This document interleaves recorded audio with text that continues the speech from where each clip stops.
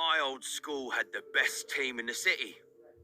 Hey, I used to be a member of that team. Oh, I'm not trying to brag about my past glorious days, but today's topic reminds me of someone I met when I was on the team. The seniors would always give rookies a hard time. They'd just make us... they'd just make the rookies fetch balls and ride the bench. This was no big deal, but there was one new kid who was always really odd and out of place. He was pale and thin as a beanpole, and he never got involved with the others. I was bored one day and started watching him, trying my best to engage him and work with him. I soon noticed that every time he handed the ball to a senior, he would sniff them discreetly and then mutter something to himself. After passing the ball to the first senior, he said, "Pork chops." At first, I thought he was insulting them in his own weird way. Then there was a short little senior who he smelled and said, "Milk. Milk." He wasn't even that pale. Maybe he was just trying to insult the fella, saying something about his height. Then he came face to face with one of the most popular guys, who also happened to be the richest kid on the team. He looked at him and he said, "Man, huh? This shrimp was too much of a coward to insult someone like that."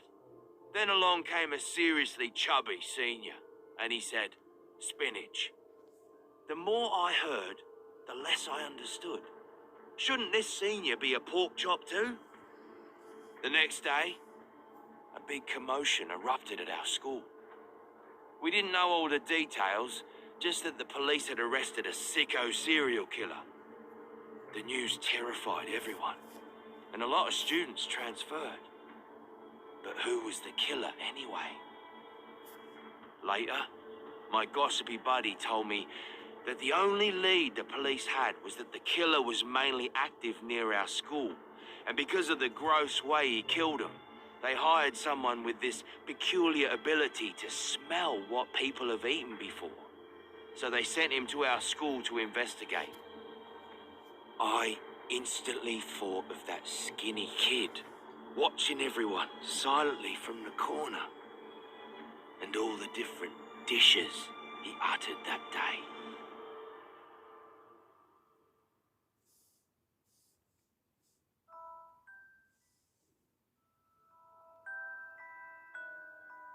When I was a medical student, I undertook an internship at the municipal hospital during the holidays.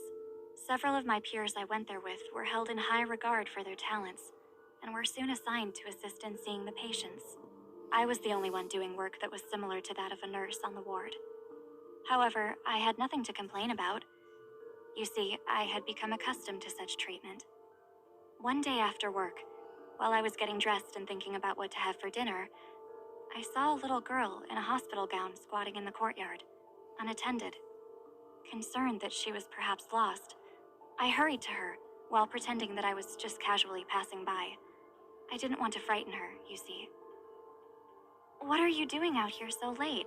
I asked kindly. "I'm picking flowers for my mother and father," she said in an innocent voice. "I want to bring them some flowers." "Where are they?" "Home," she answered. "I live here alone." "How brave of you," I sincerely complimented her. "Let me help you. After picking some flowers for them, I'll take you back to your room, okay?" She shook her head, but then nodded. She stood up and handed the flowers to me. It was a beautiful bouquet of red flowers that I hadn't seen in the courtyard before. "Can you give them to my parents for me?" She stood, looking up at me timidly with her gray eyes, and I noticed there were bruises on her arms left by injections. I took the flowers, led her to the corridor, and watched her slip back into her room. The next day, when I went to visit her, the other patients told me that she had fallen into a coma the previous night, never to awaken. I gave the bouquet to her parents. They stared at the red flowers blankly, saying nothing. I don't know what exactly I encountered that night, but that's not important. If there are ghosts in this world, perhaps they are indeed nothing to fear. The only thing I'm certain of is that love lives, even after death. But then again, so does hatred. 10 days later, the girls' parents were admitted to the hospital with an incurable infectious disease.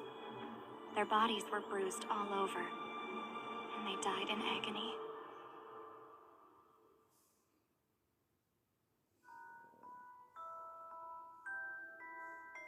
It's my turn. Before I came to La Cemetery, I took a short trip. This incident took place during that trip. It was a spring night. I could no longer suppress my fatigue, so I stayed at a farmer's house by the roadside. It was in a remote village far away from the city, but the master of the house was very hospitable. He cooked me dinner and told me that I had come at a bad time. As you know, few people are willing to let someone like me lodge with them, and compared to my perpetual misfortune, this situation is hardly worth mentioning. However, on the following day, as I prepared to leave, I was informed that I needed to stay in the village for a few more days. The man told me that the village was founded and managed by a group of well-respected elders. As the situation had become more serious on the day I arrived, the elders decided not to let anyone leave. And so I went on living in this village, listening to the constant cries and wails from outside the house. However, a few days later, I heard the sound of nails being hammered into boards nearby in the middle of the night. "Is someone building a house out there?" I asked. The master of the house did not answer me, but instead made desperate prayers. Candles burned in the room. Their yellow light leapt and danced across the darkness. I could vaguely hear him asking God for forgiveness. The sound of hammering lasted 2 days. On the third day, everything went quiet. I peeped through the window and found that a small wooden house had been built in the open space near us. Strangely enough, the hut was quiet at first, then became rowdy every few days, and then blared with howling and desperate cursing a few days later. After a while, the hut became quiet again. This cycle continued. At night, the awful sound resembled a dark incantation, cursing life itself. I don't know why, but I always felt as though venomous eyes glared forth from within that hut. "Your head is playing tricks on you. Just close the curtains." When I mentioned this to my host, he uttered these words and shook his head. But I knew that he had been praying for longer and longer each day. That was until one night. A strong, burning smell filled my nostrils. I opened my eyes and found that the man had disappeared, and a fire was consuming the nearby hut. It had almost reached the house I was staying at. Finally, the epidemic subsided, and I was allowed to leave the village.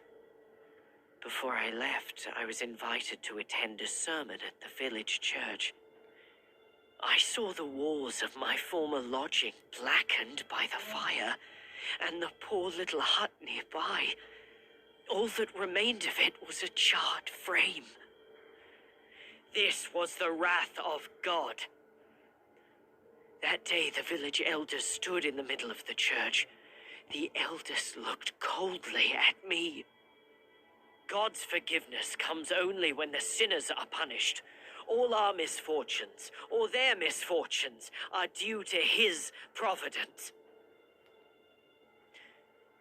I didn't know what that meant until I went back to my host's house.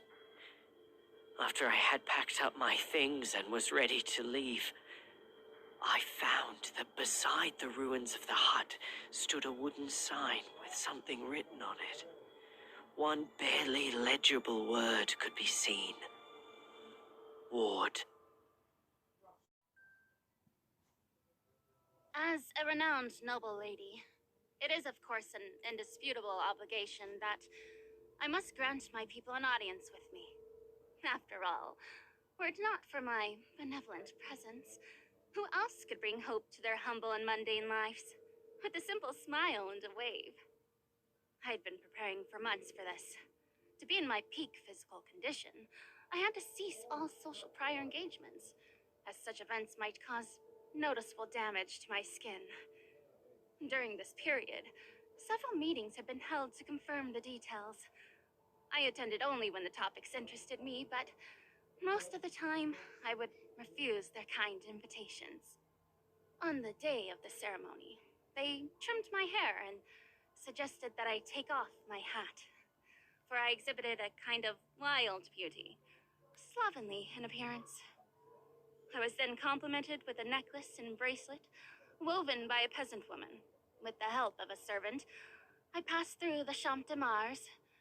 The specially made carriage stopped at the foot of the steps. And through the carefully polished wooden handrails, everyone could bear witness to my beauty. I can't tell you how many flowers and prayers and tears I saw along the way. When the carriage finally stopped in the square, everyone was still fixated on this fleeting excursion. I elegantly walked to the assigned position. The sun shone overhead, with the music in my posture, having been rehearsed thousands of times in my mind. Everything was simply perfect. My people came to me with enthusiasm, like a tide rushing to the shore. I was deeply touched, and slowly knelt down. For the first time in my life, I was so close to my people. I could see the filth hiding under their fingernails. No, this was not the time to express disgust.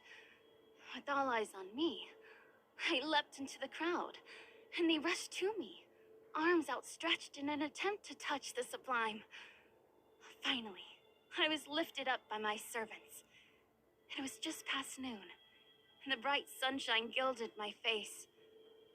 The angel's melodic voice announced the end of the ceremony. My people will always remember this day. My last smile will remain in their dreams each night, forevermore.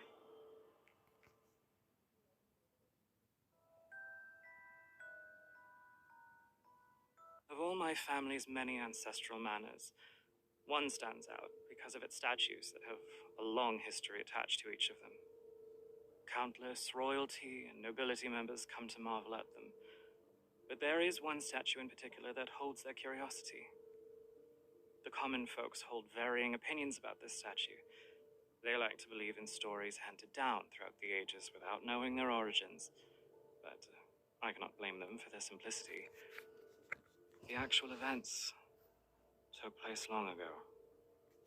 At that time, my ancestors were still the great rulers of this land. However, a monster was running rampant on their territory. It is actually quite a cliched story. A hero saved the people from this fire-breathing monster, and this hero was once the king's hand. I believe all of you are familiar with this esteemed position and title. Thus, I will not elaborate on it. Upon his appointment as the bishop, he led a crusade against the fire-breathing dragon, threatening the land, and finally captured the monster with a holy crucifix. Initially, it was his intention to seal the monster beneath the sacred church grounds, but the locals insisted on burning it to death. The fire lasted for 3 days and 3 nights, and none could gain any sleep, for its heart-rending wail cut through the air, tearing the sky asunder and calling forth boundless dark clouds and lasting darkness. Instead of succumbing to the flames, the dragon raised its head high, so it was suggested to cut off its head and hang it on the church wall. Peace then seemed to be restored to the land, until, one night, a priest heard a sound coming from the church walls. A voice that was terrifying, yet all too familiar. Slowly, It said, "You should not have trusted him so." If you ever get the chance, perhaps you can go and touch its charming head.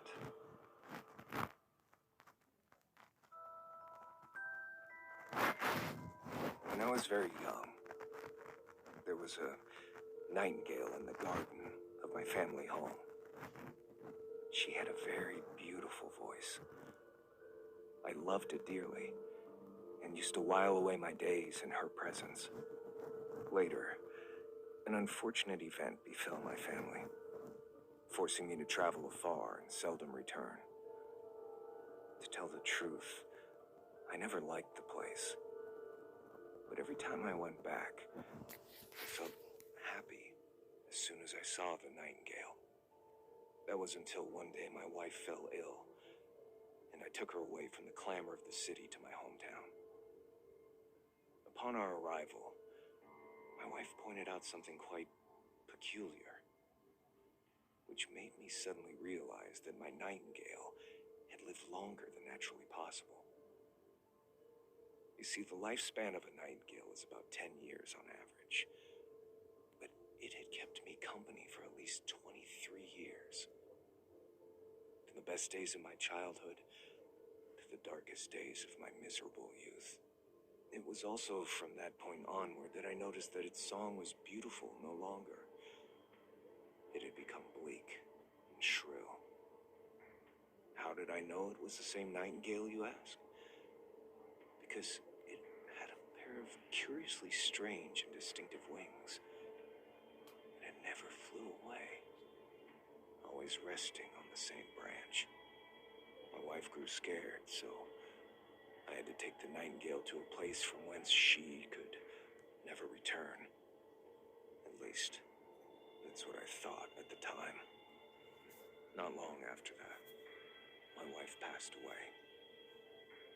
And when I returned to my old home after her funeral that night, I saw the nightingale once again, resting on that same branch. However, she said